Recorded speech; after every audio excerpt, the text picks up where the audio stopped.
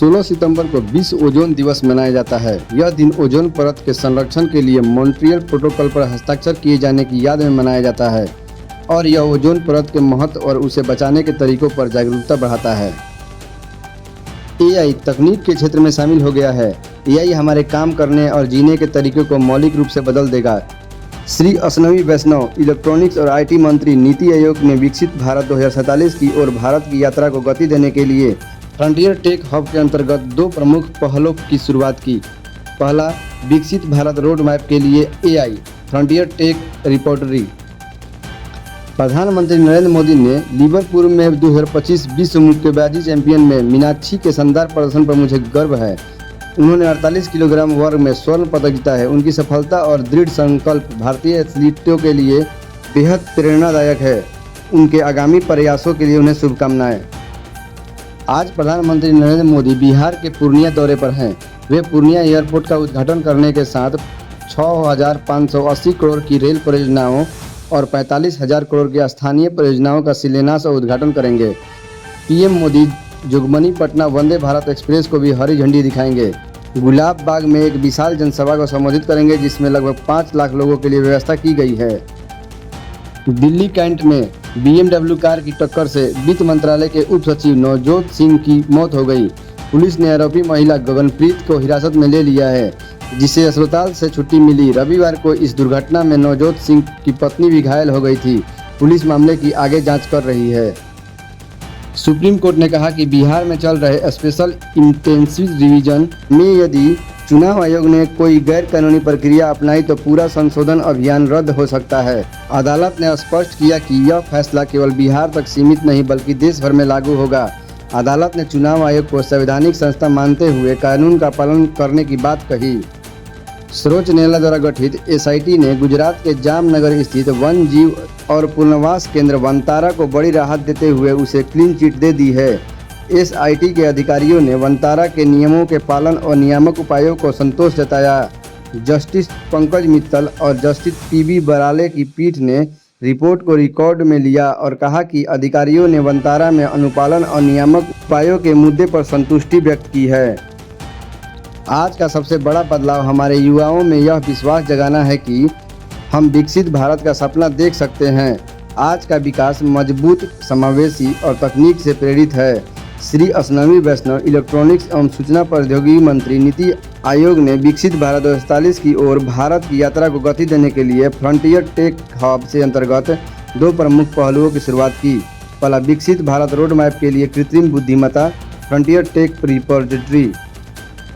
मैं देश भर में एआई के सफल कार्यान्वयन के लिए कई सफल उदाहरण देख रही हूँ, इसलिए रिपोजिटरी का शुभारंभ बिल्कुल सही समय पर हुआ है। सुश्री निर्मला सीतारमण, वित्त मंत्री, नीति आयोग ने विकसित भारत 2047 की ओर भारत की यात्रा को गति देने के लिए फ्रंटियर टेक हब के अंतर्गत पहलुओं का शुभारंभ किया।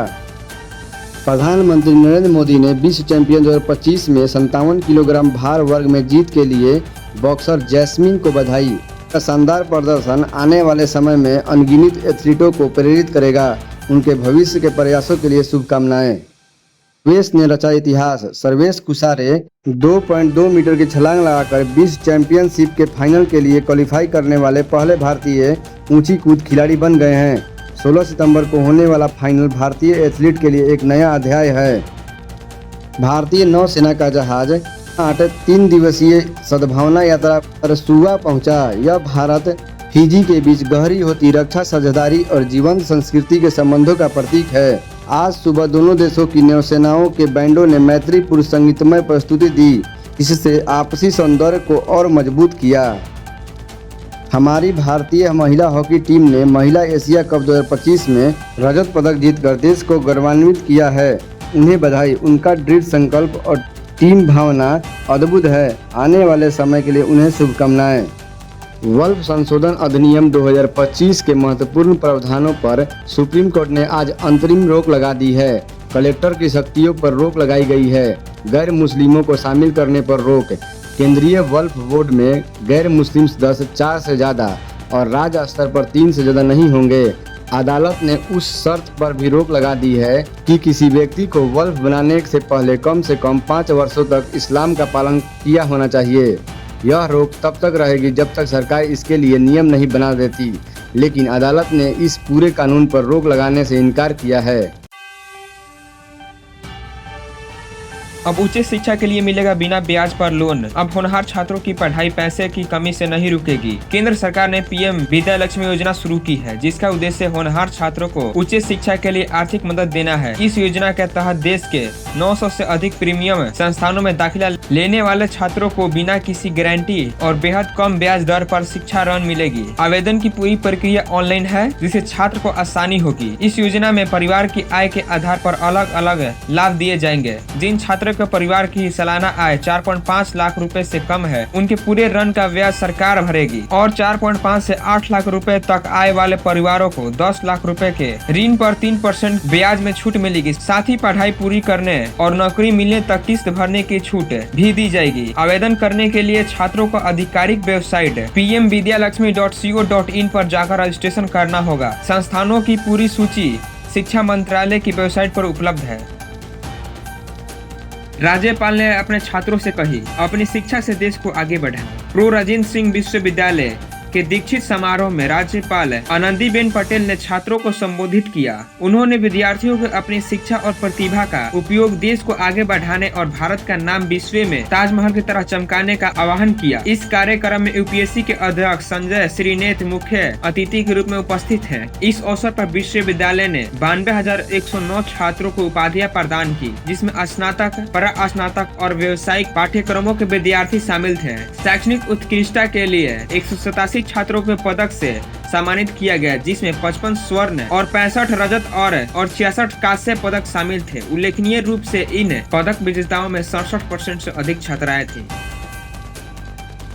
नीति आयोग की रिपोर्ट के अनुसार भारत में कृत्रिम बुद्धिमत्ता का उपयोग अर्थव्यवस्था को 2035 तक $8.3 ट्रिलियन तक पहुंचाने की महत्वपूर्ण भूमिका निभा सकता है। रिपोर्ट में कहा गया है कि यदि भारत अपनी मौजूदा 5.7% विकास दर बनाए रखता है तो जीडीपी $6.6 ट्रिलियन हो जाएगी। लेकिन एआई के माध्यम से उत्पादकता और नवाचार बढ़ाकर इसे $1.7 ट्रिलियन अतिरिक्त बढ़ाया जा सकता है। इससे भारत के विकास अंतर को 30% तक कम किया जा सकता है। रिपोर्ट में वैश्विक एआई अवसरों पर भी प्रकाश डाला गया है, जिसके अनुसार अगले 10 वर्षों में एआई वैश्विक अर्थव्यवस्था में 17 से 26 ट्रिलियन का योगदान देगा। भारत अपने बड़े सिस्टम, कार्यबल, मौजूद डिजिटल ढांचे और बढ़ते अनुसंधान पारिस्थितिकी तंत्र के कारण इस अवसर का 10 से 15% हिस्सा हासिल कर सकता है, जो अर्थव्यवस्था में 2 से 3 ट्रिलियन का योगदान होगा। एआई के लाभों के बावजूद भारत को कुछ चुनौतियों का सामना करना पड़ सकता है, जैसे छोटे उद्यमों के पास संस्थानों की कमी, प्रतिभा और अभाव, नौकरियां पर प्रभाव और डेटा गोपनीयता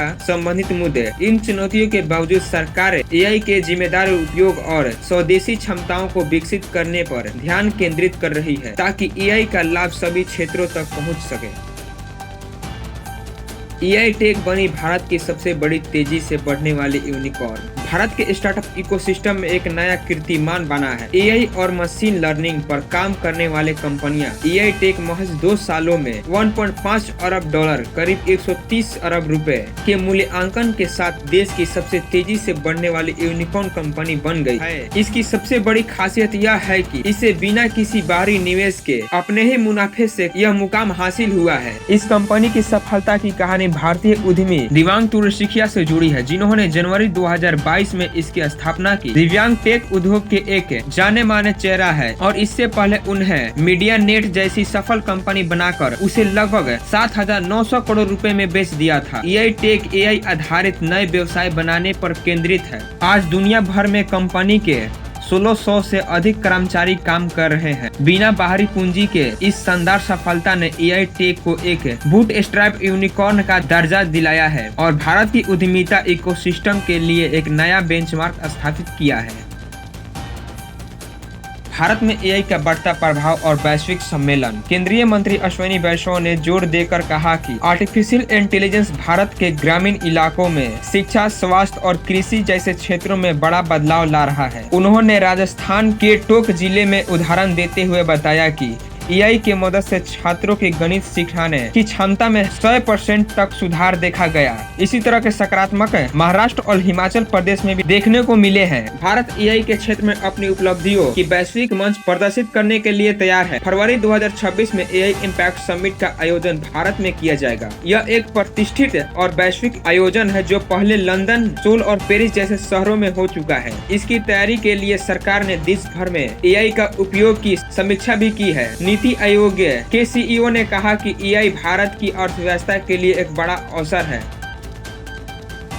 टाटा मोटर्स ने इलेक्ट्रिक वाहनों को बढ़ावा देने के लिए एक बड़ा कदम उठाया। कंपनी ने देश भर के 150 से अधिक शहरों में 25,000 से ज्यादा पब्लिक चार्जिंग स्टेशन लगाए हैं। ये स्टेशन खास तौर पर छोटे इलाके, कमर्शियल वाहनों जैसे डिलीवरी वैन के लिए है ताकि उन्हें आसानी से चार्जिंग किया जा सके। कंपनी अगले 1 साल में 25,000 और स्टेशन लगाने की योजना बना रही है। ये चार्जिंग स्टेशन दिल्ली, बेंगलुरु, मुंबई और चेन्नई जैसे शहरों सहित कई जगहों पर लगाए गए हैं। इसमें उन स्थानों पर बनाया गया है जहां परिवहन और डिलीवरी का काम अधिक होता है। इससे ड्राइवरों का समय बचेगा और उनकी कमाई बढ़ेगी। ग्राहक फ्लीट एज नामक एक ऐप की मदद से नजदीकी खाली चार्जिंग स्टेशन को पता आसानी से लगा सकेंगे। टाटा मोटर्स ने इसके लिए 13 अलग अलग चार्जिंग कंपनियों के साथ मिलकर काम किया है। कंपनी का कहना है कि यह कदम इलेक्ट्रिक कार्गो वाहनों के लिए एक महत्वपूर्ण उपलब्धि है। उसकी 10,000 से ज्यादा SUV कारों ने अब तक 6 करोड़ किलोमीटर से अधिक का सफर तय कर लिया है, जो ग्राहकों के बीच इलेक्ट्रिक वाहनों में बढ़ते भरोसे को दिखाता है।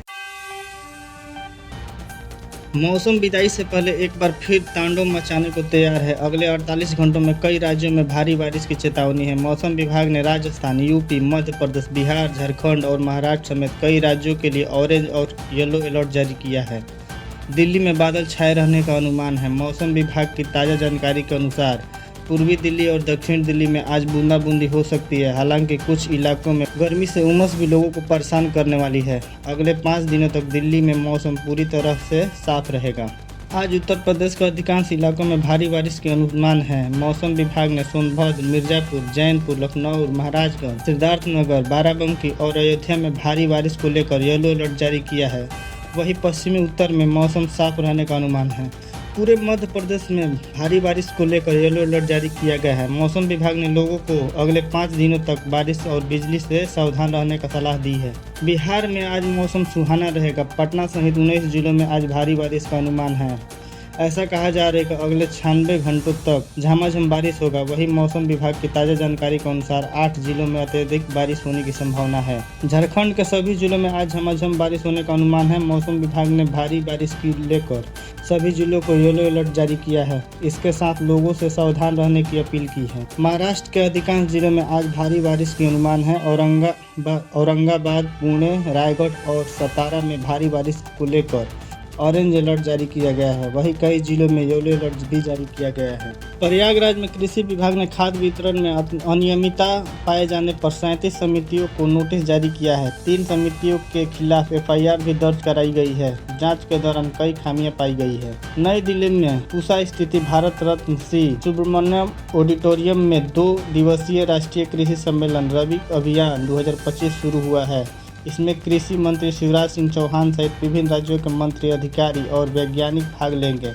सम्मेलन में रबी 2025-26 की रणनीति, उत्पादन लक्ष्य और चुनौतियों पर चर्चा होगी। कृषि मंत्री सूर्य प्रताप शाही ने उमरदा विकास खंड में एक्सीलेंस फॉर वेजिटेबल का निरीक्षण किया। उन्होंने कहा कि प्रदेश में खाद की कोई कमी नहीं है और किसानों को आधुनिक तकनीकी का उपयोग करना चाहिए।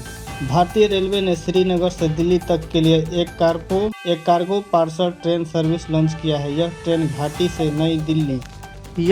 घाटी से नई दिल्ली तक रोजाना करीब 200 मीट्रिक टन सेब लेकर जाएगी। इस सेब का उपराज्यपाल मनोज सिन्हा ने श्रीनगर रेलवे स्टेशन से हरी झंडी दिखाई है। फिलहाल केवल एक ट्रेन चलेगी, लेकिन रेलवे सूत्रों ने पुष्टि की है कि बागवानी उद्योग के अनुरोध इस पर आवृत्ति बढ़ाई जा सकती है। पीएम किसान की 21वीं किस्त, पीएम किसान सम्मान निधि योजना की 21वीं किस्त जल्द जारी होने की संभावना है। किसानों को किस्त पाने के लिए KYC पूरी करानी होगी। इस बार त्योहारी सीजन में वाहन क्षेत्र में रिकॉर्ड ब्रेक दर्ज होने की उम्मीद जताई जा रही है। GST दरों में संशोधन और इलेक्ट्रिक व हाइब्रिड वाहनों में पंजीकरण पर मिल रही छूट के चलते वाहन बाजार में अभूतपूर्व उत्साह देखा जा रहा है। डीलरों द्वारा दी गई जानकारी के अनुसार गौतम बुद्ध नगर में आगामी नवरात्र से लेकर दीपावली तक के दौरान लगभग 15,000 करोड़ रुपए की वाहनों की बिक्री का अनुमान है। इस दौरान 10,000 से अधिक वाहन बेचे जा सकते हैं, जो अब तक के सभी आंकड़ों को पीछे छोड़ सकते हैं। इस हफ्ते बॉक्स ऑफिस पर फिर घमासान मचने वाला है, क्योंकि शुक्रवार 19 सितंबर को देश भर की 17 फिल्में रिलीज होने जा रही है। इसमें अक्षय कुमार और अरशद वारसी की जॉली LLB3 भी शामिल है।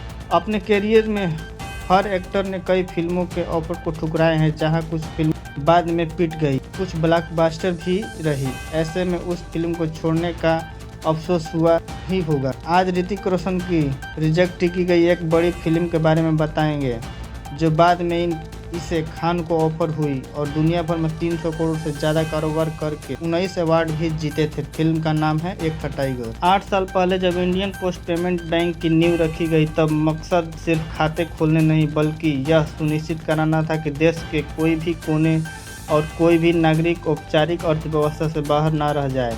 आज यह सपना हकीकत में बदल चुका है। आज जब पात्रों को अतीत की धरोहर समझाकर भुला दिया गया है, भारतीय डाक व्यवस्था दिख रही है कि असली विकास, बदलाव और समय के साथ कदम मिलाने में है। देश भर में फैले 1.6 लाख से ज़्यादा डाकघरों के विशाल नेटवर्क के साथ डाक विभाग अपनी नई कहानी लिख रहा है। भारतीय शेयर बाजार में 15 सितंबर 2025 को तेजी के साथ शुरुआती हुई। निफ्टी और सेंसेक्स दोनों ही हरे निशान पर खुले। निफ्टी 4 अंक की तेजी के साथ 25,118 अंक के आसपास खुला, वहीं सेंसेक्स 21 अंक की तेजी के साथ 81,925 अंक के आसपास खुला।